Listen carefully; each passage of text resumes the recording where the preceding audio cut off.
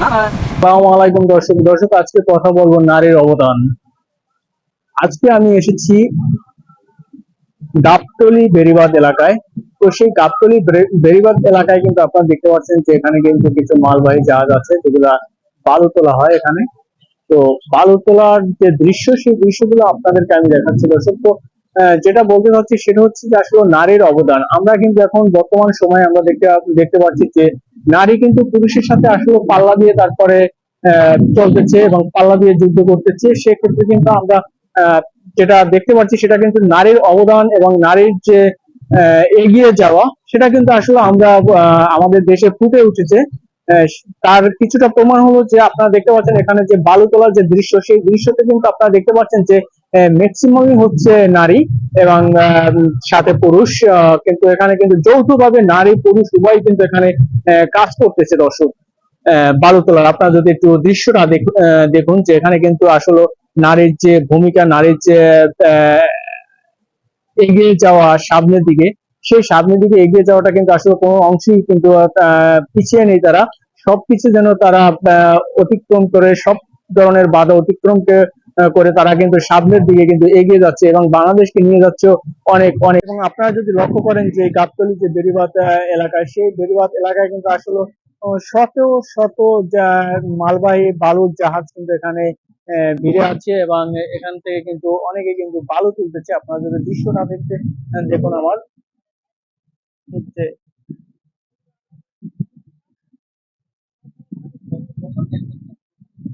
এখানে কিন্তু অনেক মানুষ কিন্তু আসলে নারী পুরুষ উভয় কিন্তু কাজ করতেছে এবং এই কাজ শুধু আসলে বালুর ক্ষেত্রে না। আপনারা যদি একটু লক্ষ্য করেন যে সব ধরনের অফিস আদালত বা সব ধরনের কর্মসংস্থায় কিন্তু আসলে নারী কিন্তু পুরুষের সাথে যৌথভাবে কাজ করে এগিয়ে যাচ্ছে এবং ও এগিয়ে নিচ্ছে আমাদের দেশকে।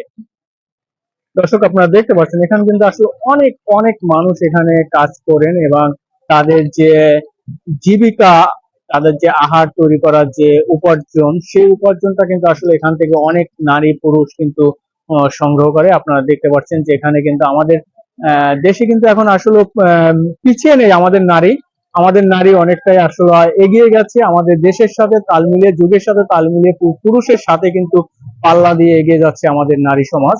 আপনার তারই কিছু ধারাবাহিকতা আপনারা দেখতে পাচ্ছেন দর্শক।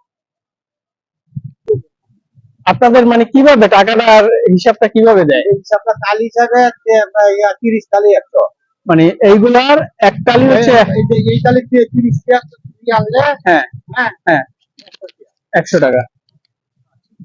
তো আহ এই কি রেগুলার কাজ করেন আপনারা? তারপর 12 মাসই আচ্ছা, আপনাদের এখানে পুরুষ মহিলা কি সমানই টাকা না? সমান সমান না, সমান সমান না। কয়জনে 500 করে, কয়জনে 200 করে, কয়জনে 1000 টাকা করে।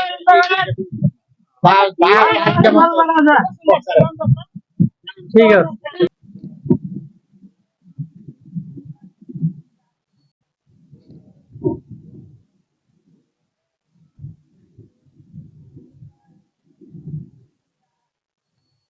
দর্শক তো আপনারা শুনতে পারলেন এই মাত্র এক মুরব্বীর সাথে আমরা কথা বললাম। সেটা হচ্ছে আমরা যে এই যে আপনারা যে আমরা অনেকে ওরা বলি বা হাজি বলি, এর এক একটি হাজি আমরা 5 টাকা করে রায় করে এবং সেক্ষেত্রে আমরা মুরব্বী যে কথাটা বলেছে সেটা হচ্ছে আপনারা দেখতে পাচ্ছেন যে এখানে মাল ফালানোর পরে বালু ফালানোর পরে যিনি বসে আছেন তার হাতে কিন্তু একটা টোকেন নেয়। যে যত বেশি হিসাবে মানে এই ওরা টানতে টাকাটা পারবে দেওয়া তার হয়। তত বেশি আসলে টাকা আসবে। তো দর্শক আমাদের এই সমাজে কিন্তু আমরা নারী পুরুষ কিন্তু উভয় কিন্তু যৌথভাবে কিন্তু আমাদের দেশ সমাজ এগিয়ে নিচ্ছি। তারই কিছু ধারাবাহিকতা আজকে আপনাদের এই ভিডিওতে তুলে ধরলাম। তো ধন্যবাদ সবাইকে। আমার পরবর্তী ভিডিও দেখার জন্য সবাইকে অনুরোধ করলাম।